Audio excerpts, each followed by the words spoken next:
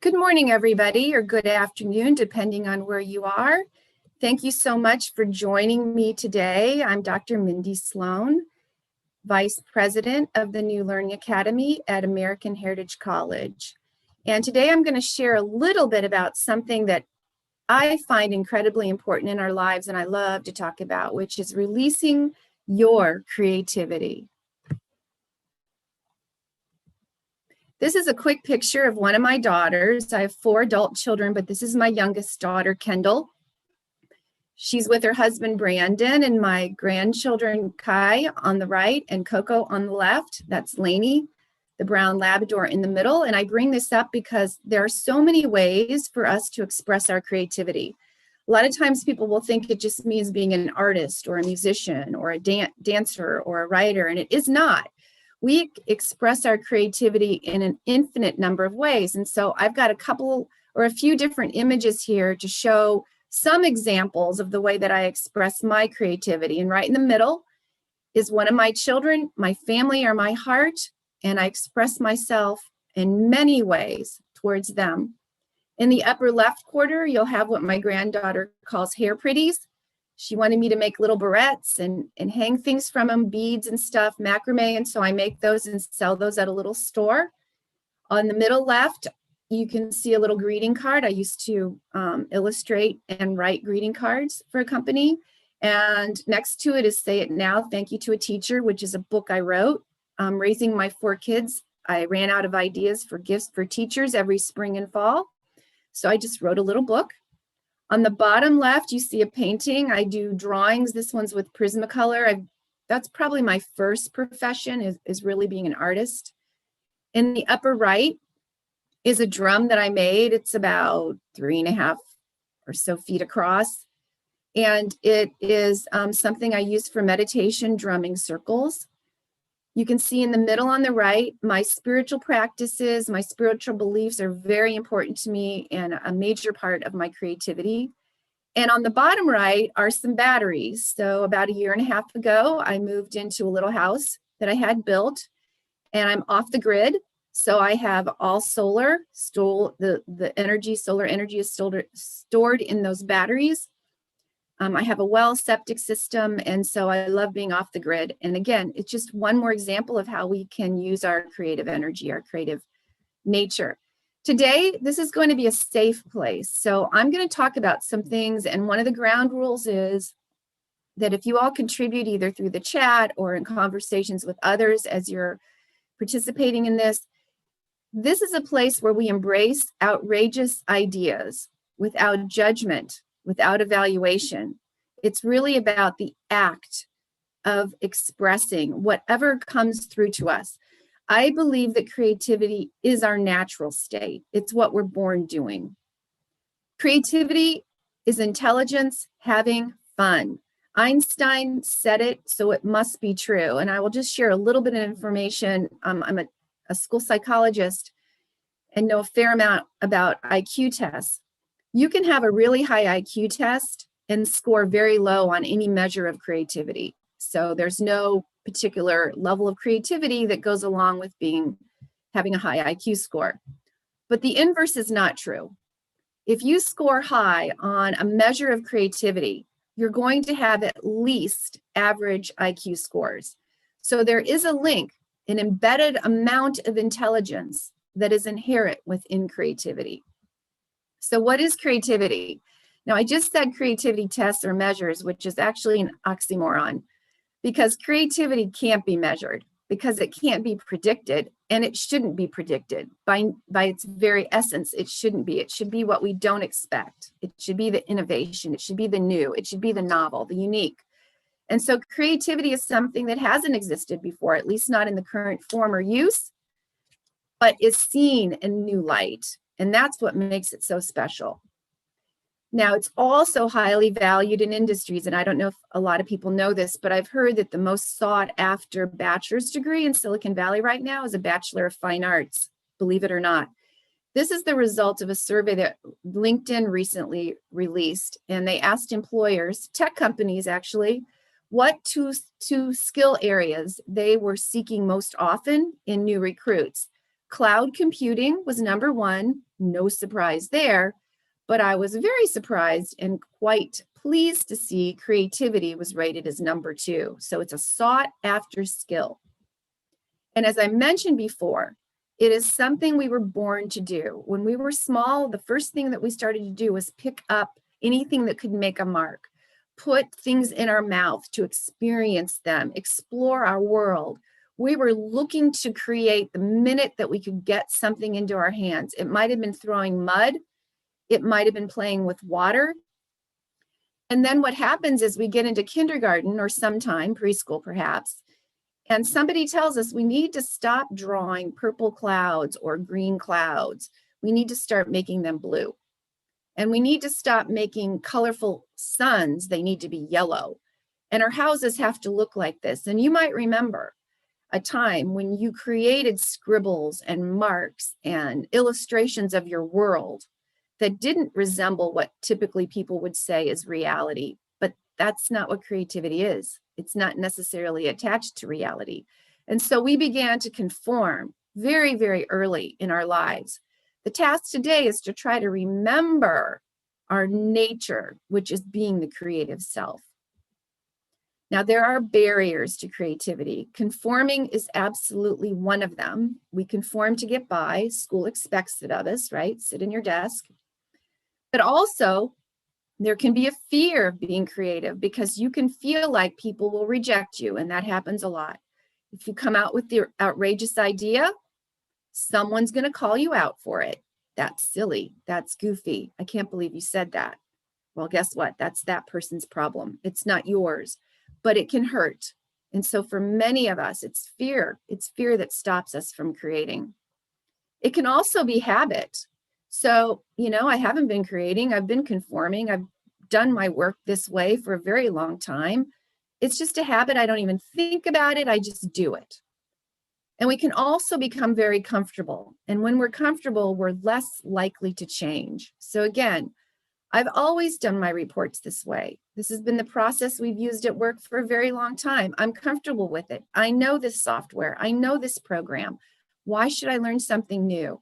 So these are actually barriers, and they can make us get very stuck.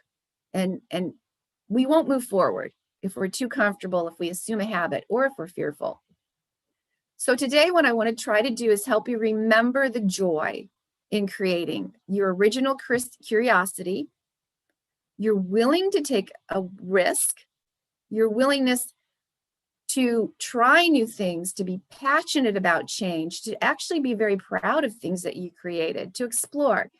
And these are some photos that were posted on Instagram by a father, as I understand it. And his child had drawn these animals from the child's imagination. And the father said, gee, what if I actually turn them into real creatures? And this is what those creatures would look like. I smile every time I look at this because I think what a wonderful world it would be. And I wonder, what is that lion thinking with that look on his face, or that horse with that really long nose? But these are just a delight, and I think magic and joyful. So today it's not about conforming. It's not about being judged. There are no set expectations. It's about just doing. Just being who you are, your unique self. And it's about looking at the process rather than the outcome. So if you are picking up that snowflake and you're looking at all the different shapes of the snowflake, you are in the creative process. If you're bringing that snow together in your palm and you're forming a shape, a ball, and you're going to throw it at your friend, you're in the creative process. If you're laying in the snow, making a snow angel or any other number of shapes, you're in the creative process. And we used to do this. We used to pick up mud. We used to put our hands under the faucet and let the water run through our fingers to see what it would do. We explored our world. And that's what I would hope we would start to do again. Sometimes creating is about thinking about the problem in a novel way. And this is a pretty well-known example of a problem, but it's actually one that happened to a couple of my friends. And they were out driving here in Southern California, out towards Borrego, and they had a flat tire, and they did not have a jack. They had a tire, but they didn't have a jack. They had a spare. So my friend, she said, I've got to go find reception for my phone. I've got to be able to call AAA. I've got to be able to get somebody out here to fix this tire. So in her mind, the problem was poor phone reception. And because her problem was poor phone reception, she looked for answers and solutions to that problem, to getting phone. So she took off walking. She just started walking, hoping she would get phone reception. The person who was with her was like, no, the problem really is that we've got to fix this tire. Like, there's a hole in the tire. I bet I can fix it. So this person, he was walking around looking for mud or something in the car that he could attach to the tire to try to fix the tire. So he defined the problem as the hole. Another way to look at this is to define the problem as not being able to get the spare tire off, which means the problem is you got to get the car off the ground. If you define the problem as the car being stuck on the ground, you're going to come up with a different solution. And so what it suggested in a situation like this, and some people thought of it, was that push the car to the edge of a ledge or somewhere where there's an embankment so you can elevate it. And once that bumper is elevated, you can get the blown tire off because you have a spare tire and you've got what you need to get the tire off. What you're lacking is a jack. And you can get the tire off the ground. You can use the embankment as a jack, and you can change the tire. And that is another way to solve the problem. So sometimes it's about looking at the problem from a variety of different ways, looking at the resources that are available. If I don't have a jack, is there another way to elevate this car? Because that will drive your solution.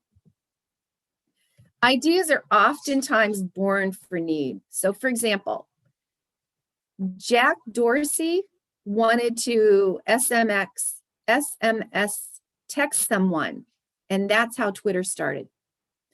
Travis Kalanick and Garrett Camp wanted to use their phone to get a ride during a snowstorm. That's how Uber started. Brian Chesky, Nathan Blacharski, and Joe Gebbia needed money. They lived in San Francisco. They had a loft. They knew that hotels were booked quite often. And so they decided to buy some air mattresses and rent out their loft for $80 a person, and they founded Airbnb. Jay Sorensen spilled hot coffee on himself, and he's in this photo right here. So he invented coffee sleeves. So oftentimes our innovations come from need. Again, we're not comfortable anymore. And so then you might ask, well, what if you're born in a different time? What if Jack Dorsey had been born at a time where he couldn't have invented Twitter because there wasn't the technology? Would he have been a creative person? I tend to think yes. And I have a picture of Elon Musk here as an example of some things. And I have 10 things that he's created. I think most people know Tesla with his electric cars. I think most people know SpaceX or the Falcon rocket. e-payments became PayPal. I don't know if everybody knows he invented that. He's developing something called Hyperloop, which is a rail system. It's still in the formulation stages, but it should run from LA to San Francisco, should get you there in 35 minutes, believe it or not. Zip2, he invented with his brother, and that's online city guides. So all this time you see online city guides, that came from Elon Musk and his brother. Solar City, he started a solar company. It's now the second largest solar company in the country. He invented that with his cousins. Electric jet is still being created, but it's this idea that a jet can take off vertically. And his thought is that it'll be more efficient use of airport space. We won't need these airports taking up a bunch of land if we can take off vertically. He actually is responsible for web-based phone calls instead of landlines, and that led to Skype. He also is responsible for location-specific web searches. So if you've ever gone in and you've looked for a restaurant near you, the ability to do that came from Elon Musk. And when he was 12, he invented Blaster, which is a video game. and he sold it to a magazine for $500. That's the reported results. And so I'm giving him as an example. I bet you if he was born 1,000 years ago or 1,000 years from now, he would be a creative person. He would just use the resources around him. Because we are each unique. And on the right here, I have some examples of how we are each unique. Each one of our fingers has a distinct fingerprint. There are no two fingerprints that are exactly the same. And by the way, there are 7 billion of us on the planet. So if you can imagine how many fingerprints that would be. The same thing with fingernails. No two fingernails are exactly the same. The iris of the eyes, the shape of our ears, as well as the little hairs that are inside our ears. Each ear is different on a human, and all the ears are different between all us people. Body odor, we all smell a little bit different. We all move a little bit different, whether that's walking, running, or dancing. We each have a unique backside, a unique skull, and even nose pores on our noses are each unique. So we were born physically unique creatures, which is no surprise then that we have unique perceptions. Our eyes see differently, our ears hear differently. What I'd like you to do for a minute is just celebrate the magic of our brains and our ability to create and the flexibility they give to us. So I'm going to show you a few images. Can you see both? Can you switch between one and the other? Go back and forth, back and forth. Can you see both even when they're completely unrelated? Sets of images that have nothing in common, and yet we can see them. Do you have a preference for one? Can you see both? But is there one that you would rather look at? Because our brains do have preferences. And are we able to fill in gaps? So this is an image that's not completed, but if you've seen something like it, you're going to fill in gaps. I see a soccer ball because I've seen a lot of soccer balls, but what if I'd never seen a soccer ball? What would my brain do? It would create an image. It would fill in the gaps. And sometimes it can be a little difficult. Now, a lot of children, a lot of people have not seen a knight riding a horse. So their brain is going to fill in these gaps with other information, but it will do it. It will do it. Our brains can sometimes trick us, which is super fun. There's nothing moving in this image. It's the juxtaposition of the colors and the shapes that are telling our brain that there's movement here. So to imagine and to create is to celebrate the magic and creative ability of our brains and our bodies and all the perceptions, the unique perceptions that we have relative to others on this planet. If we are truly being who we are and creating expressions of ourselves, it's going to be unique and novel and one of a kind because each of us are. Now I'm going to go through a few ways, a few practices to release your creativity. And there are quite a few here. So you just pick a few that you like, a few that resonate with you. You can always come back and revisit. But one of the first things you want to do is try to resist coming to a conclusion or drawing an assumption. Now, I don't know what the cat's thinking, but he doesn't look happy. If he wants a mouse, there could be ways to use that tomato to get that mouse, so he shouldn't give up. On the right, this is an illustration of people on a stairwell. And I use this as an example because when skyscrapers and tall buildings were first invented, there were several incidents where people died because there were fires. So a group of engineers and well-intended people decided to put stairwells in, and they did put stairwells in.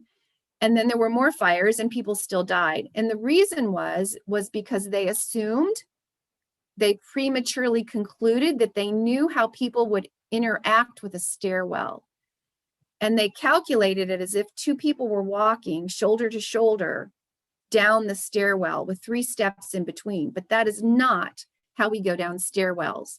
We tend to want to go down by ourselves on each step with somebody 3 or 4 steps before and behind us, but we alternate steps. We don't walk down steps shoulder to shoulder with someone else.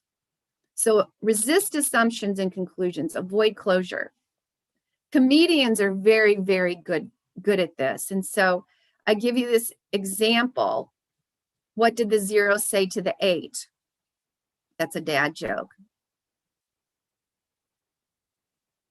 He said, I like your belt. What's orange and sounds like a parrot? Again, this is a dad joke. It's a carrot. How do you tell the difference between an alligator and a crocodile? Another, I'll call this a mom joke.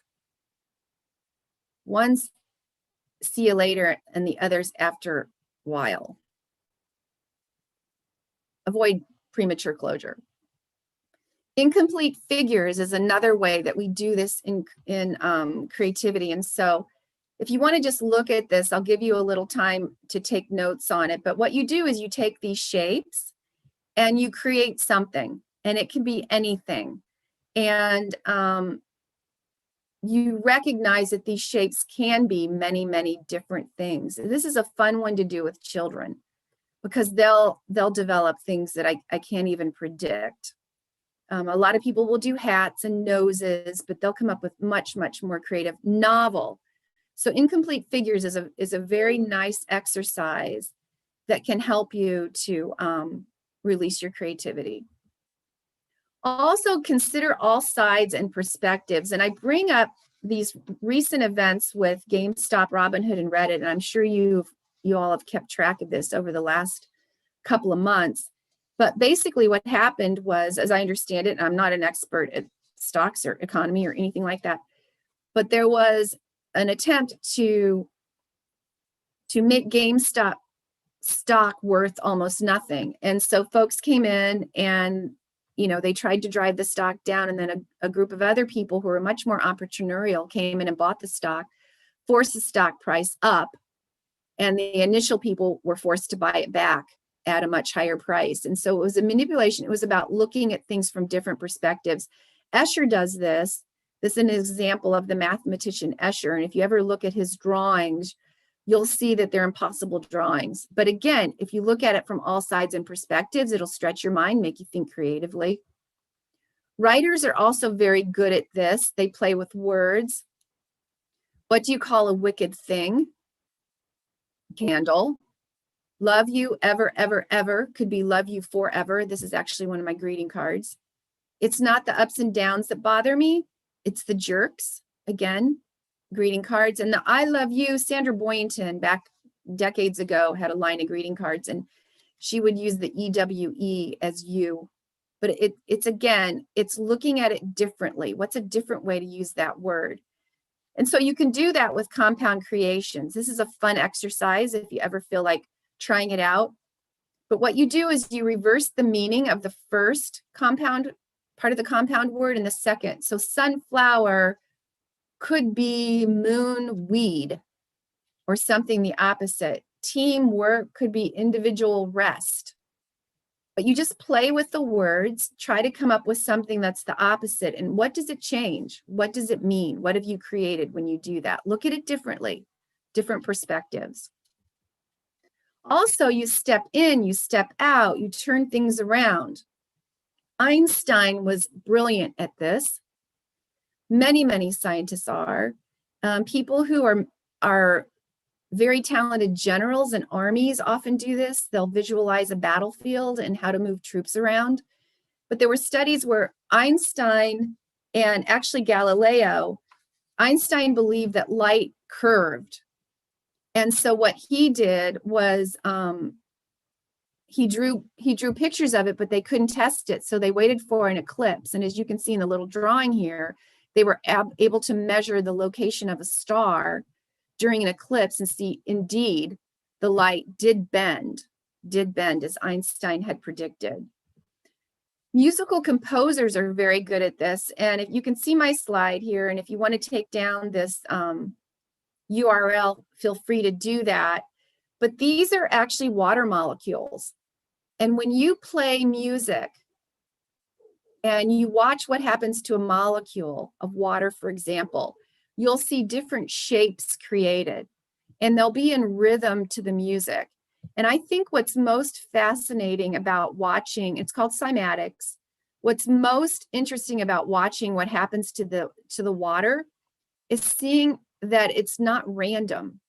It's not a bunch of squiggles or mazes. It's actually a very, very beautiful design. The same thing is thought to happen and could be the reason that we have crop circles. And if you look at these are molecules of water, but they have the same designs and elements and characteristics as a crop circle. So were crop circles created by sound? So if you get a chance, go onto YouTube, watch what happens to water, for example, or they'll have plates with sand on it, and you'll see the same thing. When the music is played, the sand will begin to move relative to the vibration, but it won't be random. It won't be messy. It'll be a gorgeous, beautiful design, and it'll consistently change, just like a kaleidoscope, change according to the music.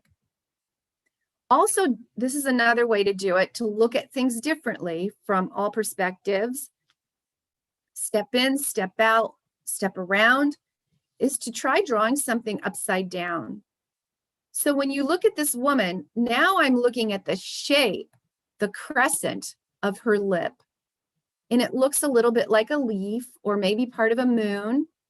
I can see her nose has more of a triangular shape, but when you change something, turn it upside down, turn it sideways, look at it from a different direction, you're going to notice things you hadn't seen before, and it's going to release some of your creativity.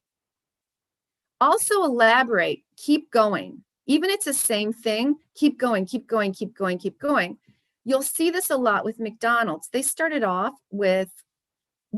mass production of fast food, right? So you had French fries, you had shakes, you had sodas, and you had hamburgers or cheeseburgers. That was about it. And they just kept making more of them and more of them and more of them. Starbucks didn't have as many coffees as they do now. You couldn't customize or personalize them like we do now. They had a few and they just do it over and over. But what happens is that it takes you to a different place. Unknown. So sometimes it's one step at a time. Explorers know this. When the first indigenous people came across, whether it was the ice-free corridor or the maritime route, those are two debating theories of how people came over to North America, whichever or both, they didn't know where they were going, but they were walking and taking one step after another step, or they were sailing one speed after another speed, just kept going. And that's when they discovered things. So each step, just keep going, elaborate over and over and over. Also express fluency. And I have this beautiful picture here of Dolly Parton, because she's thought to be the most fluent songwriter. And I don't know if people know that, but it's said that she's written over 3,000 songs. She just writes them without judgment, without evaluation. They come from her heart. I Will Always Love You, absolutely beautiful song. I understand that came from one of her loves. Anyway, Porter Wagoner. But just express it. Don't worry about what it sounds like or what it looks like. Just express it. And every so often, something you do will resonate with someone else. All of them are equally important. Designers do this a lot. If you've ever noticed that, they'll design clothes, and then they'll go into the room and they'll pick which ones they want to use that go into the actual show, the runway show. But they'll have developed probably 10 or 20 times the number of things you see on that runway show. They're very, very fluent. And then they'll add accessories and move it over here. But the idea is to just generate without judgment. Just generate, just generate. This is an exercise that will help you do that. Express your fluency. And so you just take these images and you go, how many different things could these circles actually be? They could be pizzas. They could be eyes. They could be the beginning of a straw, the end of a straw, or the end of a pencil. They could be planets. They could be bowling balls. They could be the top of a can. How many different things could these circles be? And you just think of as many as you can. Give yourself a limit of, say, 2 minutes or 60 seconds or whatever time limit you want, and just generate as many as you can. What could these circles be? And then go talk to some children and see what they see, and that'll even make it more fun. Another method to release your creativity. This is a tough one. A lot of people have difficulty with ambiguity. Ambiguity can be a little scary, but you want to be at peace with ambiguity, because ambiguity will organize itself. Maybe you've been driving down the road and you've literally been like in Southern California and there are 8 lanes and all of a sudden one goes left, one goes right. And you're like, which way do I go? And you panic. If you panic, you're going to get in an accident. You kind of just have to go. If you're in the lane and you can't change, just go. Be at peace with that ambiguity. It's going to get you somewhere. In Kokomo, Indiana, I understand there was a GM plant, and they recognized that some of the things that they created could be used to create ventilators. And so they started producing large numbers of ventilators. There was a fair amount of ambiguity with it at first, because they didn't really understand how their equipment could be used, but they kept going and they ended up creating all kinds of wonderful things. Scientists do this all the time. We think scientists, have all the facts. They have empirical science behind them, and there's very little ambiguity, and that's just not true. Think about dark matter. 85% of the universe, we think, is dark matter because we're holding together. We're not completely falling apart. An atom, the protons and electrons stick together. Why? There's nothing physical we can see. There must be something there. And dark energy could be that. 27% of the universe is thought to be dark energy, but neither dark matter nor dark energy have ever been directly observed. So comfort with ambiguity is inherent in the world of science. This is an example of a fun activity to help you play with ambiguity. These are actually real words, and none of them mean anything close to what they look like, but you can have a little fun imagining what they could mean, but you're pretty much stuck in the land of ambiguity here, because oxter, for example, is your armpit. But you couldn't tell that, but if somebody said, my oxter itches, you would never know they're talking about their armpit. So it's ambiguity. Get comfortable with it because it can take you fun places. Think divergently. This is a fun one. If you put children in a kitchen and ask them to go find drums, they will think of all kinds of ways to make a drum. There will be nothing left in your cabinets or your drawers or anywhere else. Everything will be on the ground because the spoons will be in use and the bowls will be in use and the pots and pans will be in use and the cookie sheet will be in use, but they're going to think divergently all over the place. It's different than thinking linearly, sequentially, convergently. Divergently is kind of like the spokes on a wheel, where your brain goes in a lot of different directions. Choreographers and dancers are very good at this, literally. They use their bodies. Dancers are putting their arms, their legs, their feet, their toes, and they know where all of them are all the time, which is amazing, just like gymnasts, Olympic gymnasts and such. Choreographers are not just thinking about the individual dancer, they're thinking about groups of dancers. So thinking divergently in many directions can release your creativity. Link things that don't seem to go together. And I talked about GM before because they were making car parts. They weren't making ventilators for COVID, but they saw the connection, the link between what they were doing, their processes, their tools, and their skills, the people they had available, and they were able to generalize that and to translate that into making ventilators and saving lives. Chefs are also very, very good at this. Perhaps you've watched cooking shows where they're giving a box of ingredients and they're told, you've got seeds, beans, lamb, and chocolate, and let's say, I don't know, ketchup. and you have to create a dinner. Maybe it's breakfast, and they have to figure it out. So they're linking things together, trying to make something that somebody could eat and actually taste good, that no one else would typically link together. And this is kind of a fun one to help you to do that. This is a fun activity. You can use any 3, 4, 5 randomly selected objects, but do this with your friends. Just pick 3 things and say, okay, let's pretend we're a business and we're going to make something. What is our product? What is our service?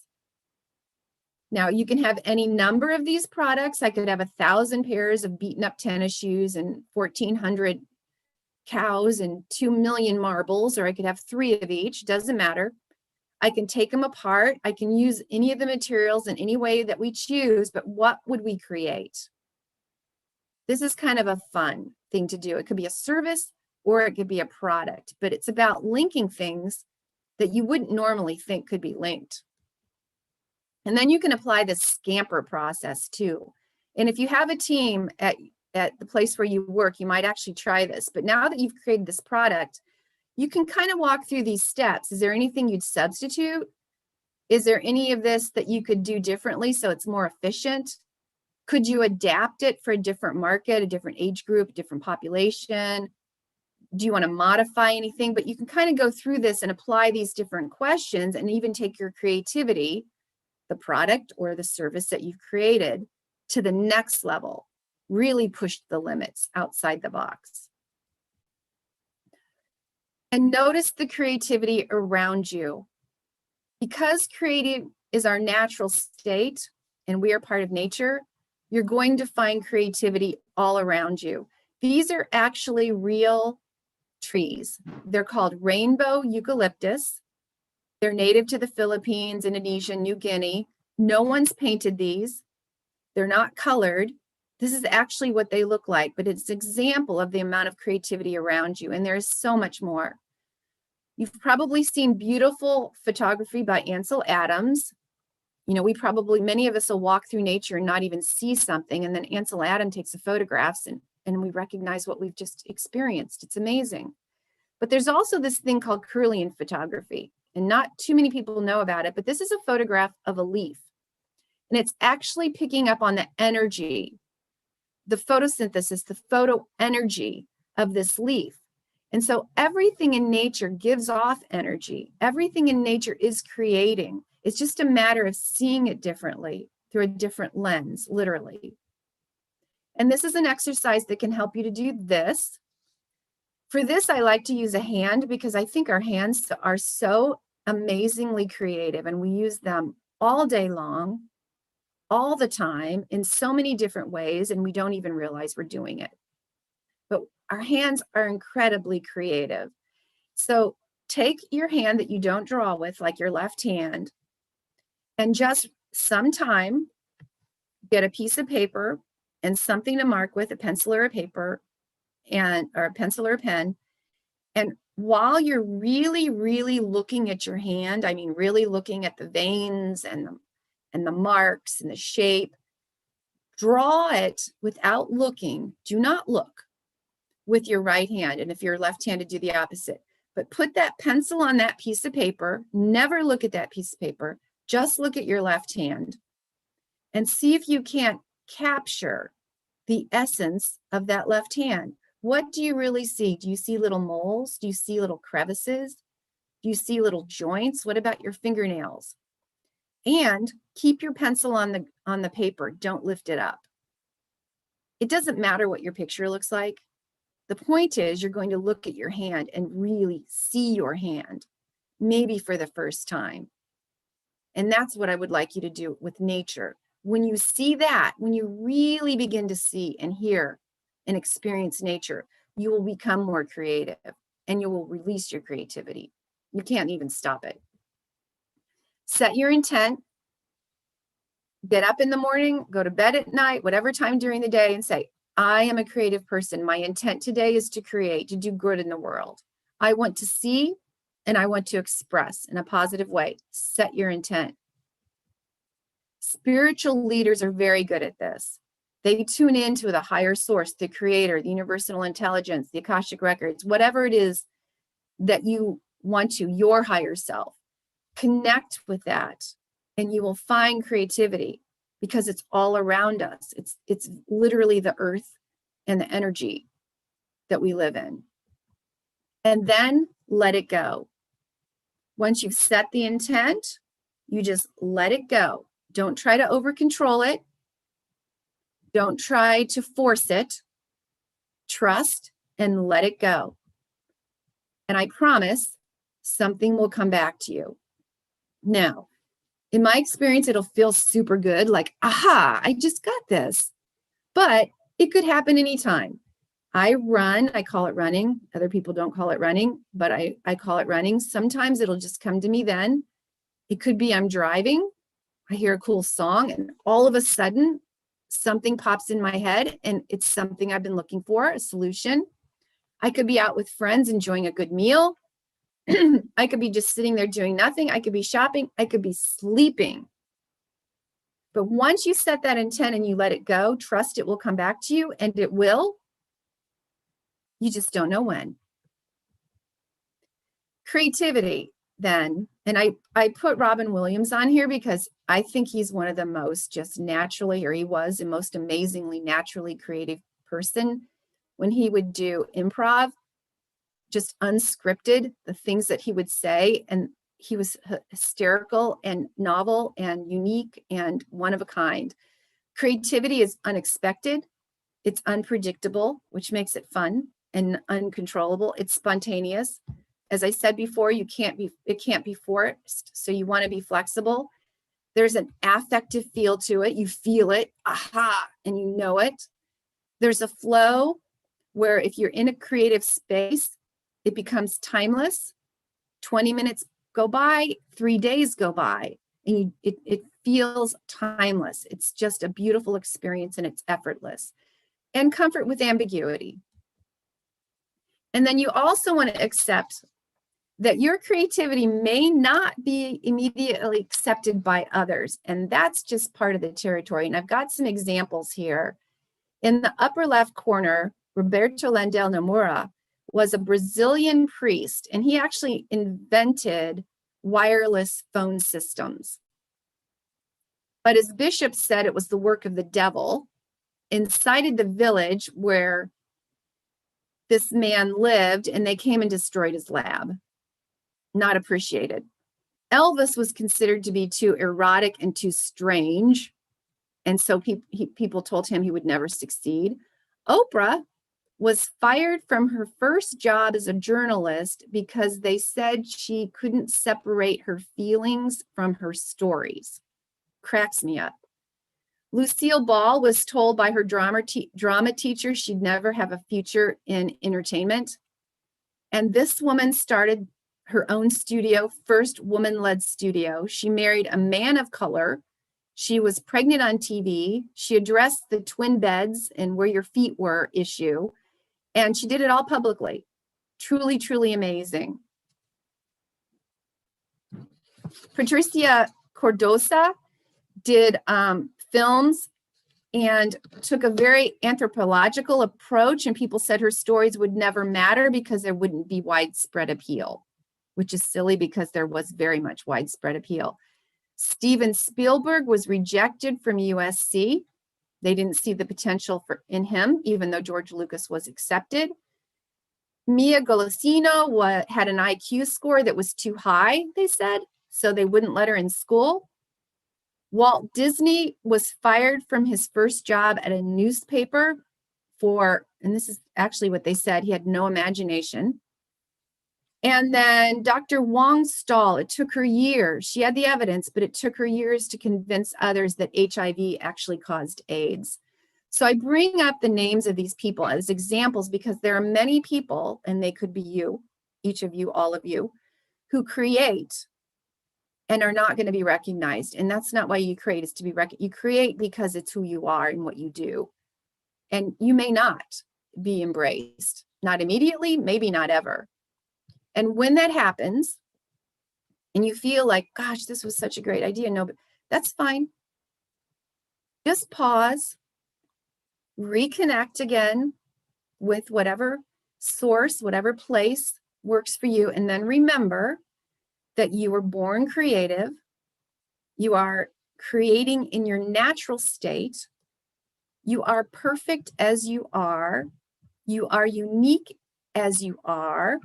And what you do is needed by the world, even if it's not recognized by others. It's a part of who you are, and you're here for a reason. So I'll say, I would like you to reflect at some point when you have time about who is your creative self. What is your personal brand, for lack of a better term? You want to release a little creativity without judgment and think about, who are you as a creative being? If you were a sound, what would it be? If you were a shape, what would it be? If you were a movement, what would it be? What are the creative expressions of who you are? Would you have a tagline? Something to think about. And tomorrow or later today, to sort of begin this process, think about how you might interrupt or disrupt a pattern. So let's say that you eat dessert first. Let's say before you go into a restaurant, you decide you're going to order the third thing. No matter what it is, unknown, you're going to order the third thing on the menu. You're going to read a magazine you would never normally read. You're going to pretend you have a different name, like I'm going to be Victor. How would I think differently, and how would I approach the world differently if I really thought my name was Victor? Be with others. These are oftentimes great ways to express creativity. You'll see that on Facebook. Creativity isn't always a positive thing on Facebook, but you'll see stories and people expand upon them. And then the last thing I'm going to mention is, I love the show The Office, and there's a scene where Pam and Jim get married, and everyone in the office does a dance down the aisle. And the reason that I like to show this is because it's an example of group creativity. Each person's dance is unique to themselves, but yet all together, what they're doing is they're expressing their love and their support for Jim and Pam. And there are a number of different videos on YouTube of people who are getting married who did this at their own wedding. And I have a link right here if you all want to copy it, or reach out to me and I'll send it to you. But just express and enjoy and celebrate the creativity in its imperfection. And you see some of these videos, they're hysterical. They're just hysterical, but they're beautiful because everyone's participating and being so true to their authentic selves as they participate in their dance and their celebration and show of love for a couple. But really take a minute and look at some of these and celebrate the process. Again, it's not about the product. It's about the process of creating and just being who you are. And I thank each of you so much for being here. And I hope that you enjoyed this presentation. This is my email address. Reach out anytime. I'd love to hear from you. I'd love to hear your ideas, your thoughts, your life stories. And take care.